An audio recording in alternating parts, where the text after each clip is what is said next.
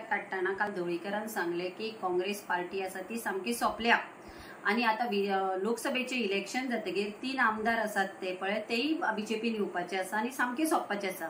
हांव ढवळीकराक विचारपाक सोदतां, तू काँग्रेस पार्टीचे डिसिजन घेवपी किंवा काँग्रेस पार्टी बद्दल उलोवपी तू कोण?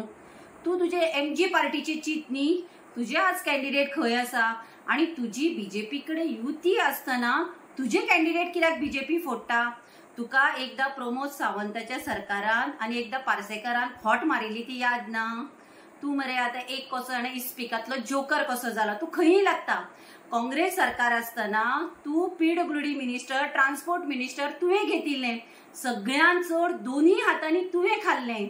बीजेपी असताना तू काँग्रेसीचेर टिका करता, काँग्रेसीन असताना तू बीजेपीचेर टिका करता। 22च्या इलेक्शनान तू काउंटिंगाक वता असताना तू प्रमोद सावंताचेर कितें कितें उलयलो आणि येता म्हणसर रोखडोच फाटल्यान धांवलो प्रमोदाच्या। तू तुझ्या पार्टीचे पळय, तुझे स्वताचे पळय, तुवें मरे एमजी पार्टी तुवें सोपयली सगळी सोडून। जी भाऊसाहेब बांदोडकरान आणि आमच्या शशिकला ताईन पळय जी एमजी पार्टी केल्ली, जो शिव ताणी तयार केल्लो तो तुवें काबार केलो। 40 मतदारसंघान तुवें आपले काम स्टार्ट दवरून 20-22 आमदार हाडून तू स्वता सीएम जावपाक जाय आशिल्लो।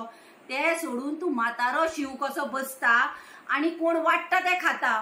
बीजेपी वाडले ते खाले, काँग्रेसीन वाडले ते खाले। तुका एक सांगता, तुवें काल पळय जे सांगले मडकय मतदारसंघातल्यान आपणे काँग्रेस काबार केली, तुका हे लोकसभेच्या इलेक्शनाक कळटले की मडकय मतदारसंघान काँग्रेस जिती झाली। पळयत रावात गोवन नरेटिव्ह।